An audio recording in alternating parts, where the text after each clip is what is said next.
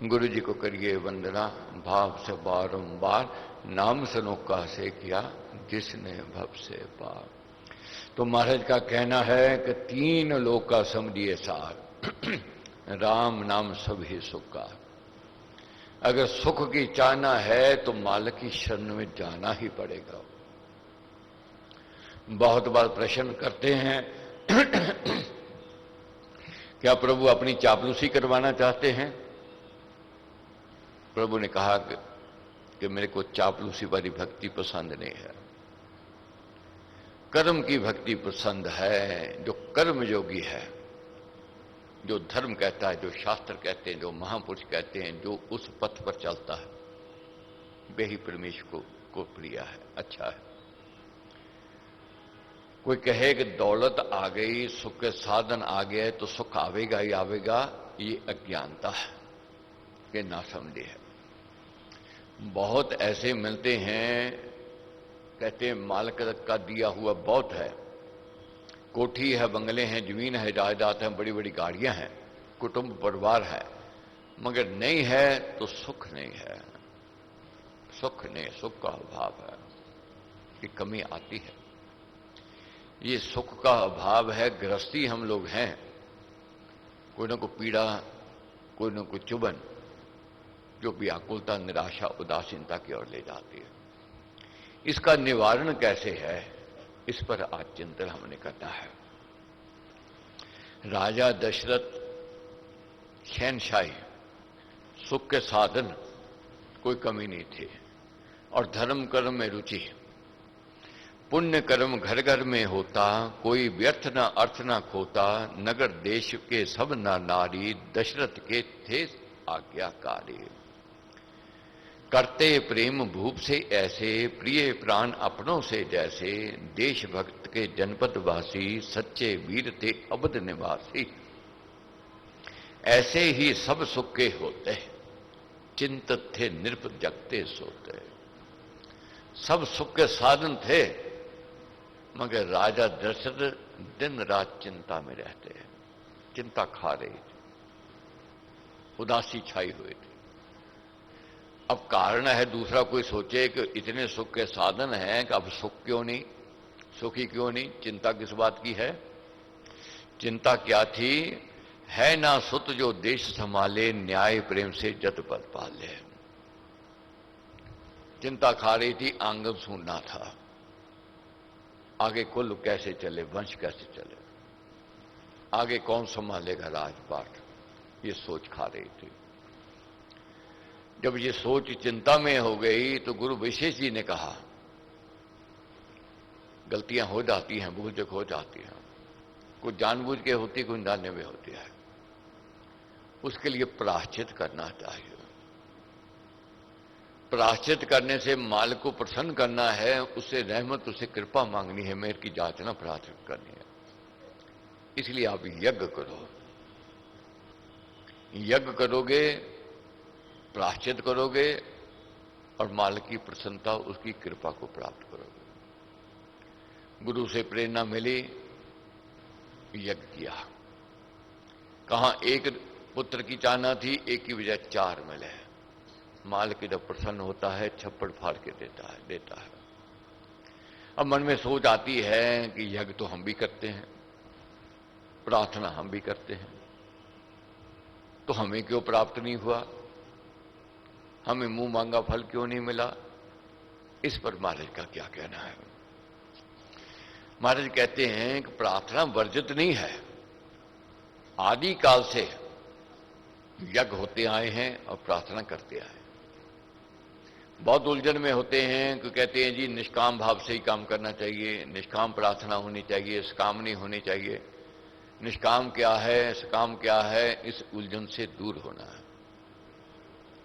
अधिकार है मां बाप से मांगने का बाल का, मगर हठ ने, जिद ने, बिने भाव निवेदन। आदि काल से धार्मिक जगत में प्रार्थना करने की ये प्रथा चली आई है। जहां कोई निर्णय ना होता हो तो शास्त्र प्रमाण मान लो कि शास्त्र क्या कहते हैं। शास्त्र प्रमाण ये है कि आदि काल से यज्ञ होते आए हैं और प्रार्थना की जा रही है, और प्रार्थना की स्वीकार मालिक ने की है। तो महाराज लिखते हैं, देव कृपा मांगना और देव के दिव्य गुणों का कीर्तन करना, ये धार्मिक जगत की एक सनातनी रीति है।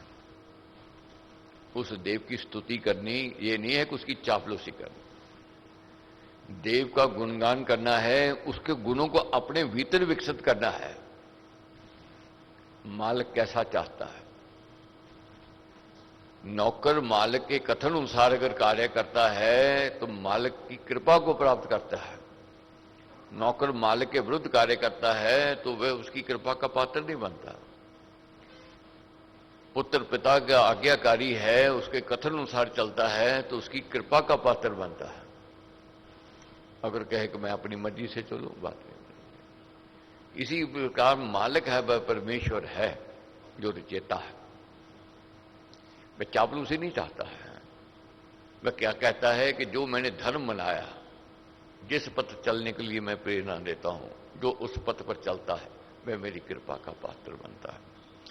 प्रार्थना का शब्दार्थ यह है कि अपने अंदर जो कामना है, जिस लाभ को हम चाहते हैं, उसके लिए विशेष भावना से और विशेष निश्चय से याचना करनी है,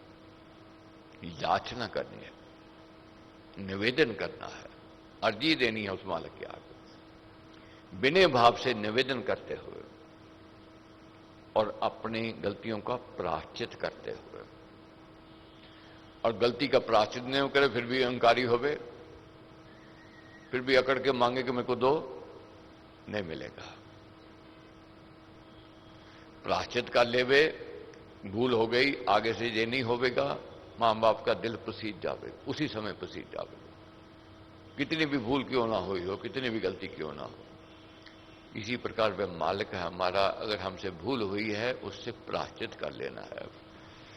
याचना करने वाले व्यक्ति में जो किसी लाभ के लिए तीव्र भावना है, इच्छा है, उस कार्य की सिद्धि के लिए बड़ी सहायता है प्रार्थना। प्रार्थना करो। कामना वर्जित नहीं है, कुछ अभाव है वर्जित नहीं है मांगना।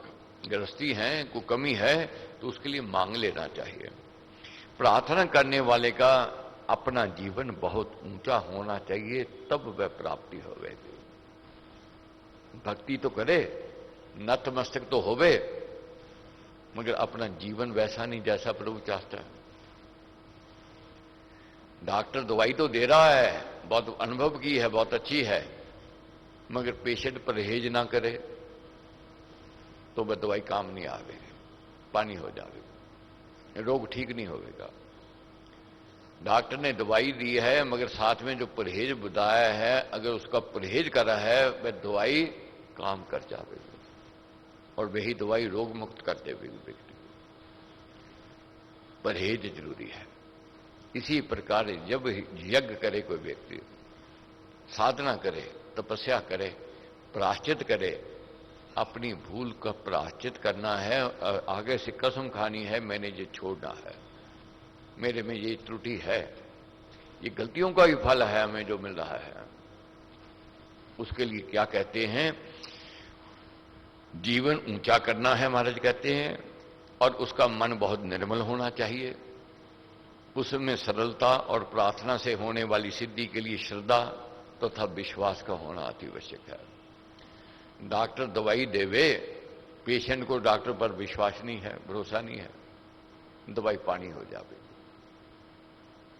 पानी हो जाएगी। मगर डॉक्टर पर भरोसा है, विश्वास है, डॉक्टर पानी में रंग घोल करके दे दे, वही दवाई बन जाएगी, वही असर करने लग जाएगी। यह सौदा विश्वास भरोसे का है। कोई कहे राम राम रटने से क्या रोटी पकती है, कारोबार चलता है, कहेगा। अज्ञानी कहेगा, ना समझ वाला कहेगा। मगर ये जो अनुभवी है, जो ज्ञानी है, वह समझ आवेगा, उसकी कृपा के बिना तेरे पास अरबों खरबों रुपया क्यों ना आ जाए, तेरे पास सुख के साधन तू कितने क्यों ना किसी के छीन लावे, मगर तू सुख नहीं लेकर के आ सकता है। सुख तो मालिक की रहमत से ही होवेगा, उसकी कृपा से ही होवेगा, और कोई साधन नहीं है। कोई ताकतवर कहे मैं दूसरे का सुख ले आऊंगा, नहीं हो सकता। हाथ से कुछ छीन कर ले जाए कोई बड़ी बात नहीं है। बहुत बार देखोगे हाथ से छीन ले जाता है मगर मालिक फिर उसको हरा भरा कर देता है, फिर उसको दे देता है, और जो छीन कर लेकर जाता है वह खाली का खाली रह जाता है। फिर इसलिए जो देव द्वार से मिलने वाला है वह रहने वाला है। प्रार्थनाशील व्यक्ति जितने अच्छे आचार विचार का होगा, जितनी अधिक उसकी प्रबल भावना होगी, उसकी श्रद्धा होगी, और उतना ही उसको लाभ मिलेगा। प्रार्थना के फल देने वाला वह मालिक है, तो इसलिए उसकी कृपा अगर चाहते हो, महाराज कहते हैं अपने जीवन को अच्छा बनाना है, तो इन दिनों हमने जो 40 का जो दग है इसमें पढ़ना है, समझना है।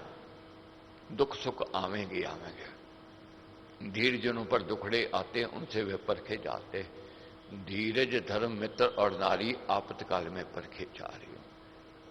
तो कैसे सामना करना है ये महाराज ने हमें ज्ञान दिया। सुबह 6 से 7 बजे की सभा में ये रामायण जी का यज्ञ चलता है, रविवार को 8:30 से 10 बजे तक। व्रती तो व्रत निभा रहे हैं, आ रहे हैं, मालिक की कृपा हो रही है। जो किसी कारण व्रत नहीं ले सके, कुछ दिन आकर के देखें कि महाराज ने क्या इसमें ज्ञान दिया है। गृहस्थी के लिए ये एक अचूक औषधि है।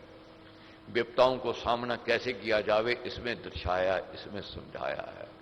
इससे आत्मबल बढ़ता है, बल उत्साह बढ़ता है, साहस बढ़ता है, और व्यक्ति को निर्णय लेने में सक्षम हो जाता है। यही रामायण जी के एक गृहस्थियों के लिए सबसे उत्तम साधन कहा गया है। तो भगवत कृपा हो, गुरु महाराज का आशीर्वाद मिले, यज्ञ की प्रसादी प्राप्त होती रहे।